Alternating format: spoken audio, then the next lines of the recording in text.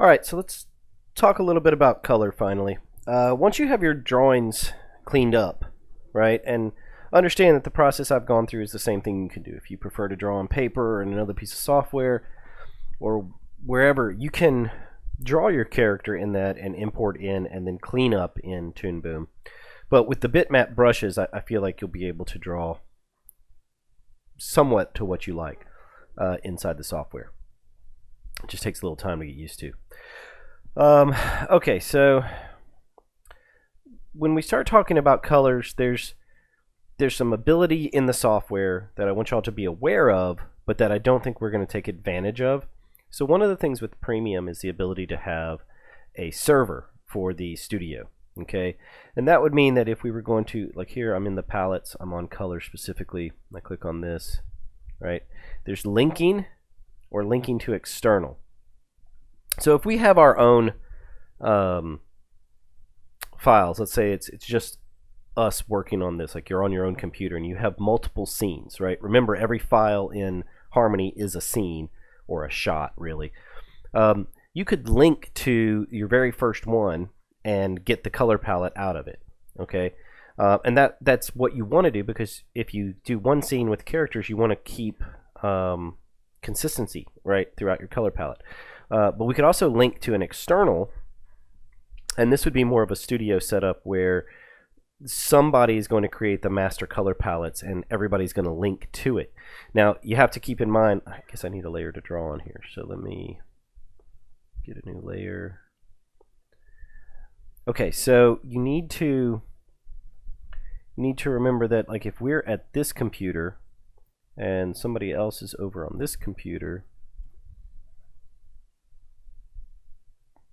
I don't know why those are staying blue. There we go. I had to hit K to get it off of that. And then this computer holds our master palette, right?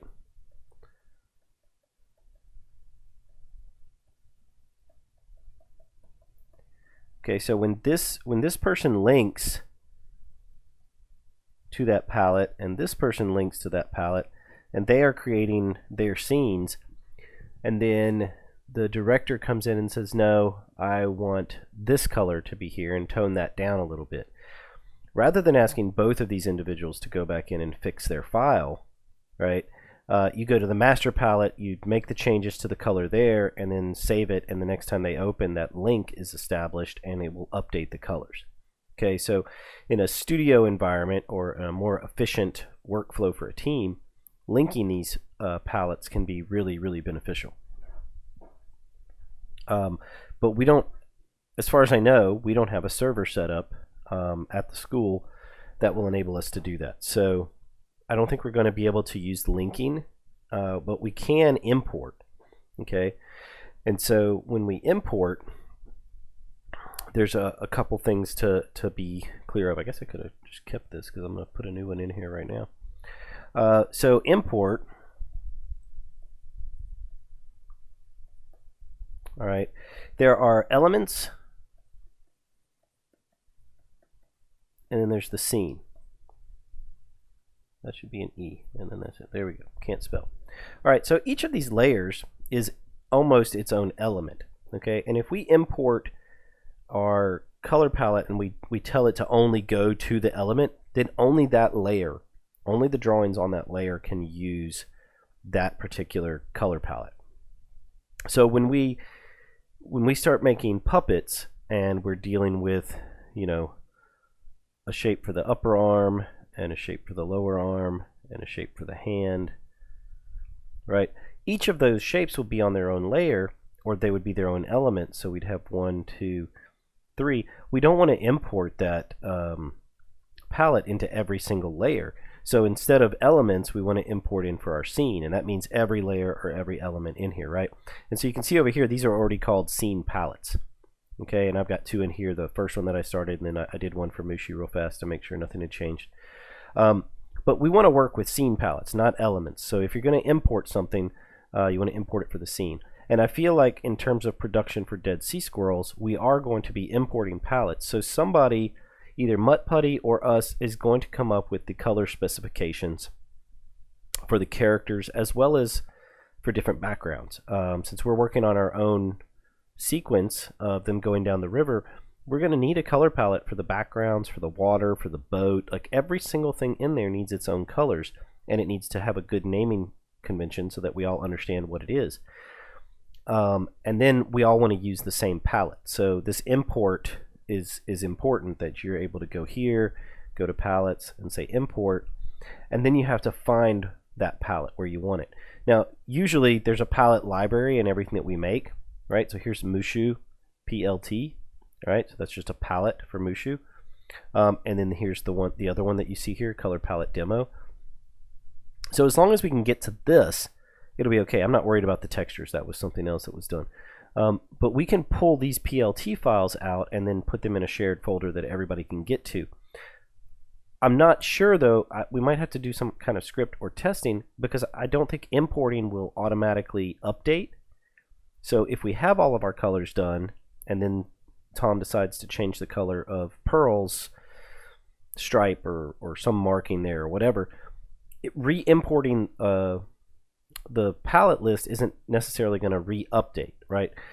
So that's something that we need to test when we get to that point, and we can probably do that relatively easy on a Thursday night, right? Like somebody create a quick, we'll make a super simple thing and color it and then import and then see if we change the color and import. But I don't think it works that way because it's not a dynamic link. So we really want to nail down color early and then say that it's locked down before everybody starts creating their scenes, or at least before we start coloring the scenes, I should say. Okay, so that's that. So again, palettes or just colors, this is just individual color things, but we're almost always going to do palettes.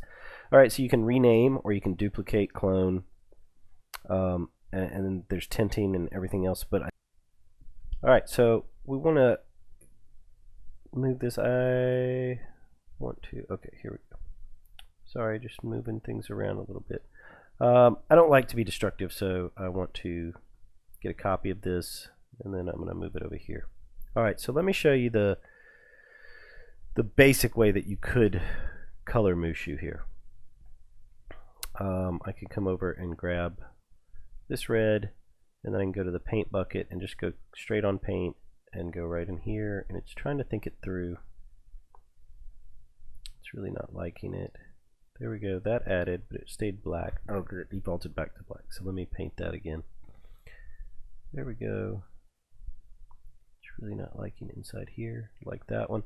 So what's going on is where it's not working, it's got gaps or it doesn't know exactly where to stop. And where this line looks very connected and clean, because of our vector drawing, there's more information in there than what we're seeing. So something new for Toon Boom, since I worked with it at least, is advanced layering. So you're probably only seeing L and C up here, but I've got underlay and overlay.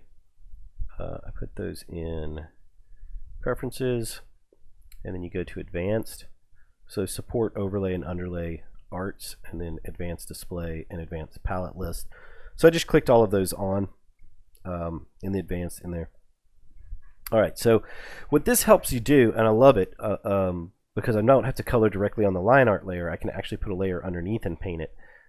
So what I want to do is undo these colors that we put on here. All right, and then I'm going to zoom back out a little bit. So I made this copy so I know I'm not destroying anything. All right, and then we want to select this. All right, so we have all of this selected. And then over here, so the tool properties for the select, right? So I'm on tool properties, this one right here, create color art from line art. All right, so I click that, and then I go down to color. Should be able to select all of that again. Okay, and then I want to press K. So I'm going to unselect now. So these are all of our anchor points for our vector drawing. Okay, and I want to go in and talk about this real fast. So these yellow dots that you're seeing, these yellow anchor points, means that it's open and it doesn't know. The computer is like, I'm looking to close this path, but I don't know what to do with these open points. Now it'll color regardless that they're there, but sometimes it can cause issues. So these are called gaps. There's a really big gap down here at the bottom on the Mushu that we created. Okay, so let's just look at just placing some basic colors in there real fast. So if I go to the paint, just the normal paint can, and I click on that, really don't know why he's being a pain. I've got gaps on. Yep. Oh, there we go. Just had to think for a second. So I'm just kind of tapping in here, just trying to think through that shape. And if you have to zoom in, just zoom in and get in there. Alright, so this is working fairly well. Here's like a yellow that I made just for Mushu. And this is trying to close gaps. That's what this is. No closing the gap, close small gap. Okay, so sometimes letting it close a gap for you is fine, but other times it just can't do it. And at other times when you're working, it does things like this, where it created this line right here. And I don't really want it dividing my work up for me, so I'm going to undo all this out.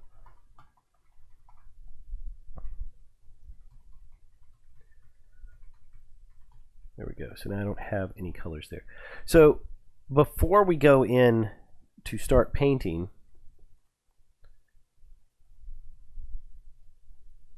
get off of this. And I'm hitting K and it's still not. It should be showing us.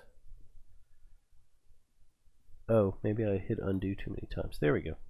Okay, so create color art from line art. All right, so we really want to go through here and start thinking about our zones of color. Right, and I know that this isn't really the fun stuff, but see, I've got these yellow dots right here. And when we zoom in, we see they're not getting to this line right here. So inside our paint bucket, there's a lot of different options. So you can color the ink. You can paint only what's been unpainted. So if you've already got some colors on there, you don't overdo. You can repaint something that's already been colored. You can unpaint or erase. You can do the stroke, or we can close gap. And this option right here, this is how we can make sure everything is going to stay closed. So I draw to the line and it closes that gap. So it doesn't have to make that line. It's not actually drawing it. It's an invisible line that is being put there just for color that is telling me that this is now a closed spot. Okay, so here I've got another one. And so let me show you if I were to go in and color. Right, so we choose the red and we go right here. It went right through because of this gap. Okay, nowhere else along the gum line, right up to there. So I'm following this blue line right here. It goes all the way, but that's the gap that let the color bleed through into the teeth.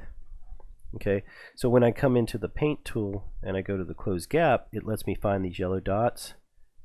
Go ahead and close the gap on my own. And then when I go back to painting,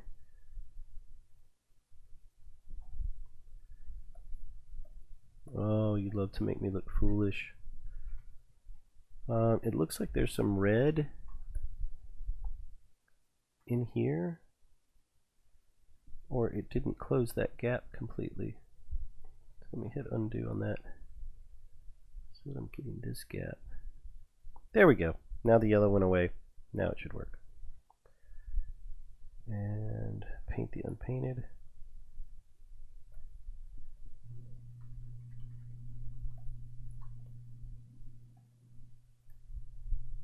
Just paint normally. There it is. Okay. So now that gap is closed. And now we've got to come in and try to get like right here. So there's that gap. So you're going to go through and want to clean all of this up before you start doing serious painting, or else you're just going to get frustrated with the amount of times. I see that little yellow one underneath there. With the amount of times that it doesn't work. There we go. So I pressed K to be able to see this, and that's after you make color art from line art. Pressing K allows you to go through and gives you a good visual idea of what gaps you need to close. So you just get on this close gap tool and get in here. right, and just zoom in and out. Hit that and that, and you'll know that you've got it correct. See that that's still hidden under there. I'm pretty sure I was on it.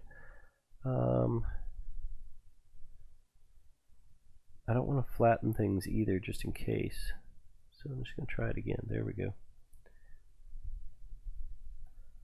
So this is, again, you know, I mentioned it in class, like having a good podcast or some good music. I don't mind this overshoot right here because I'm seeing that little empty box of blue, like right on the line, that tells me that they're connected.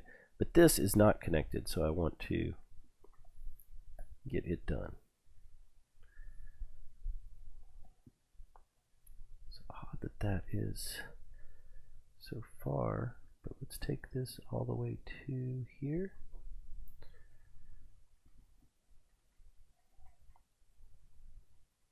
So now I can do a quick test and paint here. Well, you'd think it would paint there. So I must have larger gaps than 4 for it not wanting to work.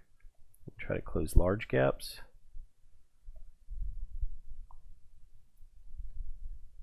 So, oh, it closed that one, so that one didn't have an issue, but there doesn't seem to be any openings there. So I need to go around and double check all of these little yellow dots before I can really get in and start painting completely. So that's just, I wanted to talk about gaps real fast before we did anything. All right, so now you understand what the paint bucket does, that you're going to create line art from color, or color from line art. All right, now this is a bad JPEG that I pulled off of the web, and I know the colors aren't correct to Mushu, but I want to show you how I created them. Now the first thing I did, so we're going to do this again, I'm going to create a new palette, and I'm going to do it for the scene, not for the element, but for the scene, right? And we'll call it Mushu 2, just to separate. All right, so it comes in with this default black. And inside of our color palette, now we're trying to create swatches. So I want to plus, and I get a new one. It's based off the same color that was there. If I double click here, well, let me show you the other way first. This is the eyedropper. So in Photoshop, you would think, oh, I'm going to click here. It's going to get that color, and then I can make a palette off of it. Nope, it's gray. Okay, so I understand that's your normal desire is to do that. What you want to do is create the new color first. Double click it to pull this up, and then you can't click, you have to click and hold and then drag it over here, and it will select that red. Okay, now I think this is up to you. You could work like this with RGB, but it's really not intuitive. So because I'm on red, I have all of this red spectrum, right? And then I can move around in here to get more, and it's adjusting the G and the B. It's just harder to deal with, like what's going on. Hue, saturation, and value is much easier. You select your hue up here. Okay, it is less saturated to the left, more saturated to the right. It is a brighter value up top. It is a darker value at the bottom. So choose your hue and then figure out the saturation and then what the value is supposed to be. Okay, so let me once again go grab this red. All right, and then I can say body. And I know, again, for those of you that are Mushu fanboys and girls, I realize these colors aren't perfect from the movie, but I'm just showing you how to create a palette, right? So now I've created that, and I've got Mushu's body. I'll create another one here, drag over and get the yellow, and we can call it belly. Okay, so you see what I'm doing here is I'm just going to go through and I'm going to get every single color. Okay, and then let me go back to the Mushu one. And then what you want to do is double check that you have everything labeled really well. Okay, the default, I'm just going to leave that probably for the line. But the inside mouth needed to be a little bit darker than the tongue, and the tongue might need to be a little more red, I think, from what I'm seeing online. So I can take this and go a little bit more red, just a little bit more saturation. There we go. All right, so I now have a color palette based off of a model sheet. May not be accurate for what for Mushu itself, but it's there, and this is what we're going to have to create for Merle and Pearl, as well as for the raft and the water and everything else that's in that scene and in that sequence. We're going to have to all use the same thing. The best part about it is using the HSV. These numbers are easy to translate to each other, right? So if we had to, we could always give that code to somebody, but I think it'll be easier on us if we're just exporting and importing palettes. Speaking of, like the Mushu one, it's already exported, remember, to the way our files are set up, so it's already sitting there in the elements, so you don't have to hit an export really. Okay, so let me go back to my original cleanup. I'm going to turn off this guy unless we need him. Alright, now I'm on the line art layer, so I can select, and then I just can't see it, so I'm going to create color from line art, and then I come down to here, and K is what's letting me see all of those. Okay, K lets me see the color art lines. Alright, now I can zoom in, and like I said, we can do the cleanup, and I'm just going to try and quickly go through here with the cleanup tool on closing gap. That's fine. So see, I'm really just trying to make sure that the yellows disappear. Seems like there's one in there. Drag that to there. That did not get rid of it.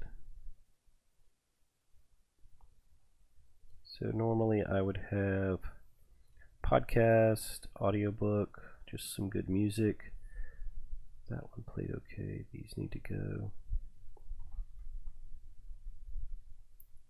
But if you rush this, or you don't take your time to make sure all these are closed, it's going to take you longer to be going in and trying to fix it. That is something that I used to do, was to just start coloring, and then when I saw that the gap wouldn't close, then try to figure it out. But with this setup that they've got now, where the anchor points turn yellow when they're not connected to anything, so much easier to just go in and know where the gaps are now. And take care of that before you start the coloring. That's okay, that's going to be open. Those are all okay, but this one, that's just an open shape, but let's connect it so that it is closed. And it'll just take a little bit of practice, and you'll realize what you have to close and what doesn't necessarily have to be closed. Okay, so this is the inside of the ear, and this is the ear itself. Those are closed off, but this needs to be closed. I realize it's boring. I may just speed all of this up, or I may just let y'all listen to me ramble while I work, because I can do that. That doesn't really matter because that's all red. So if you have to zoom in and out, so that you can see things, but then I'm getting up into like the horn up here. Definitely know I need that closed. And this closed.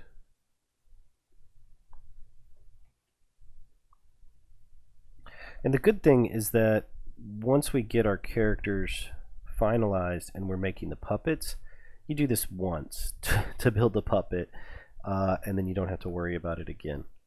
And that's nice, because if we were doing this like frame by frame traditional animation, it would be a little more time consuming. Might have a better result than a puppeted animation, but it would take a little bit of time to get there. This feels good, that feels good. Okay, let's zoom back out and see. Okay, so we got some more yellow dots. I don't care about that line. I do care about here on the arm. I prefer to control this closing. If I was making a puppet, this joint of the shoulder would definitely be something that I would want to close and be able to rotate the arm on its own. So I want to take care of that. I'm not sure why there's so many yellow dots right there. That is a whole lot of convergence. There we go.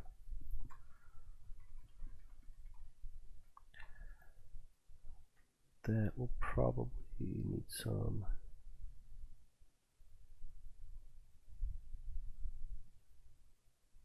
Okay.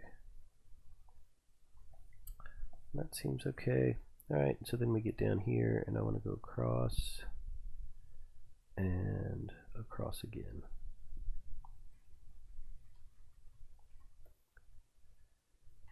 And then hopefully, paint unpainted. Hopefully now I can quickly go through and get Mushu done. So if I get the body,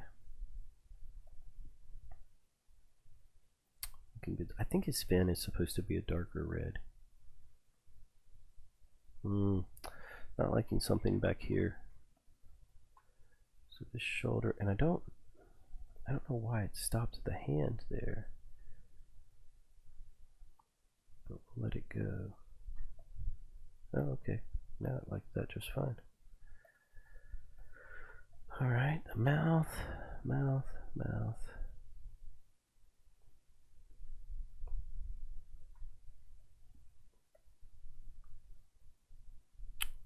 That'll help good. We got that. Okay. I feel like that should be red as well. So then if we go to inner ear, the horn, and then this is where I was showing, like, on the Mushu, there's like a darker piece up there. So rather than having an actual outline for that, I'm going to use the stroke to just draw an invisible stroke there. Okay, and then I'll do the same thing here.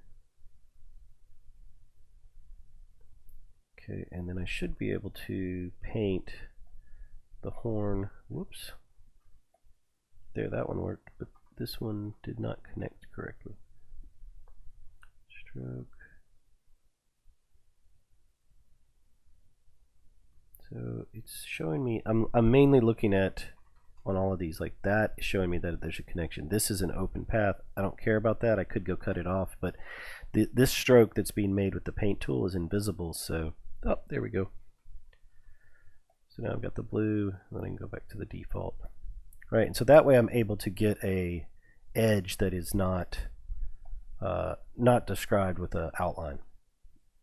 All right, so paint unpainted. Let's go back to body so we get the eyelids. Okay, and then we'll grab the tongue and the inside mouth. So you can see once your gaps are closed, it's a really much faster process than going through the other way. Then I'll get the eyes. And then got the belly, which was also the same as these. And then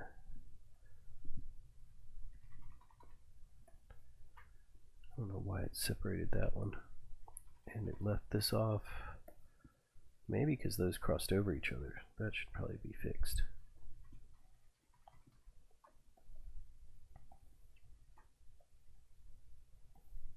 Alright, all that went and closed down.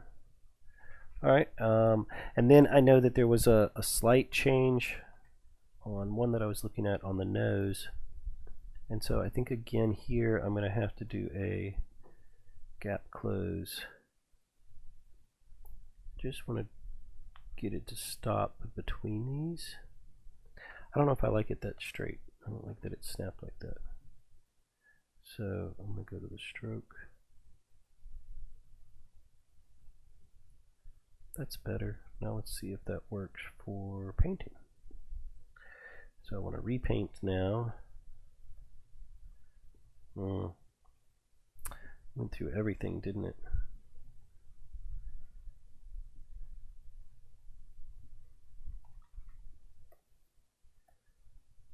So, so that shows when we get way in here, you can see that stroke that we created didn't actually connect.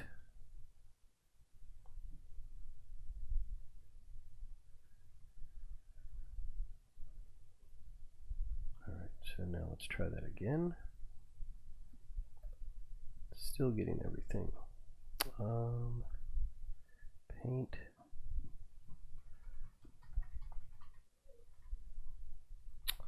Well, then we're going to have to go with close gap, I guess. Stroke should be working. What I'm trying to figure out is, because there's no anchor points on these corners, if that's why it's not liking the stroke, like we're not going from that. So I'm going to try and go here, but I'm afraid it's going to snap it back to a straight line again. Let's just see what that looks like. It's still hitting all of that. Ooh, I don't like that in there either. Well, I'm not going to kill y'all by making you sit here and watch me fix one little part. Ooh, I don't like that. And there's a little gap up there. Something's going on that needs to be fixed with the eye. So this is just me going through now at the last minute and like, okay, what's going on? I'm wondering if these connecting over here is making an issue.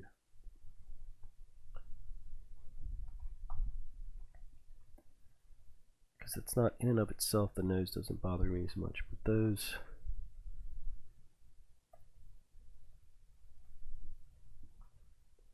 Why is it doing that? So if we close gaps, those are fine.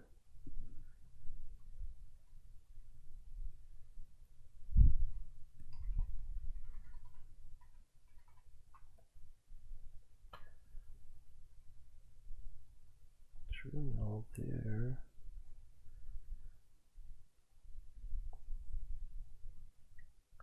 Maybe I may just be overthinking it. Everything else looks really good. So I'm gonna take this body dark and make a copy, and I just want to get it a little bit darker so I can say fin or whatever that is, and then we should be able to color that one in.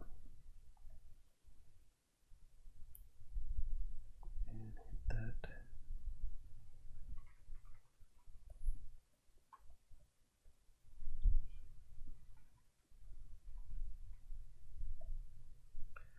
So if I go back to line art, like this is where we're at.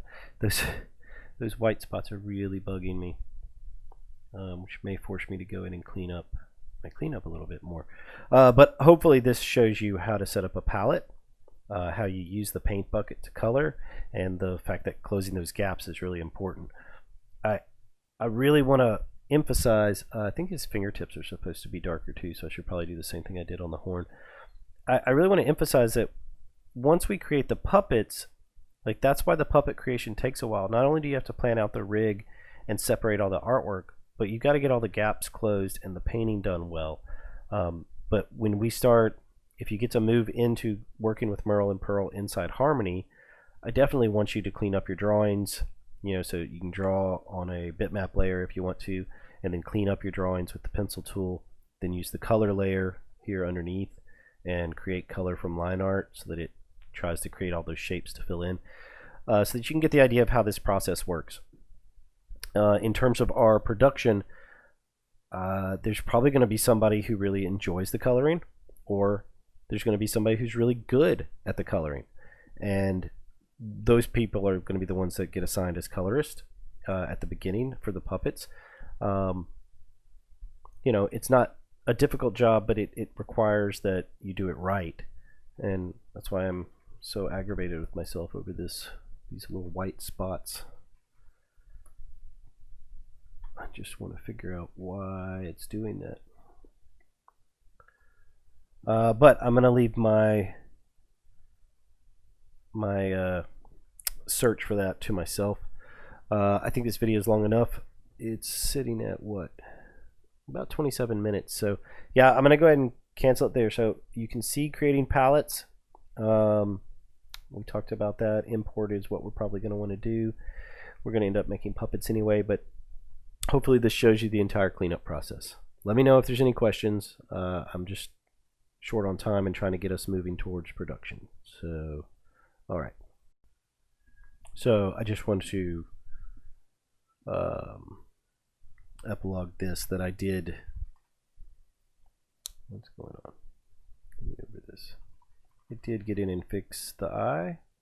Just so y'all know, I really do have to do these things or I go crazy. What it required was going to the color layer and making a new connection here and fixing this connection here so that the eye was its own solid shape instead of all of these overlaps. So it does matter when you get in that you really, think about how it's cleaning up and really understanding where your connections are going to be. It's kind of like what's happening right here with all these dots. This one didn't mess up, so I'm not too worried about it. But since that one did, I just had to go in and I used the cutter tool to cut some lines away inside my color art and then reconnect some closed gaps. Just took a few seconds of thinking, and I know nobody likes the thinking because it hurts, but sometimes it's just what you do. So alright, I will stop this recording. I just wanted to show that it is fixable. It just takes a little bit of time.